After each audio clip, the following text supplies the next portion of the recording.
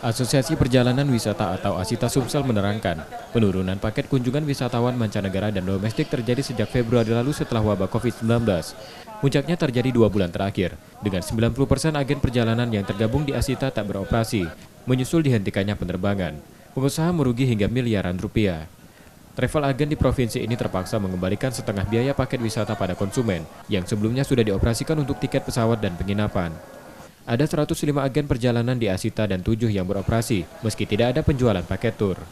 Perjalanan wisata dari Sumsel didominasi 3 negara tujuan seperti Singapura, Malaysia, dan Thailand.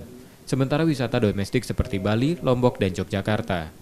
Jadi sekarang travel agent itu sudah mati suri. Kalau untuk di wilayah, mungkin saya pikir Indonesia lah, seluruh teman-teman saya tanya di seluruh Indonesia, memang travel agent ini sekarang lagi mati suri.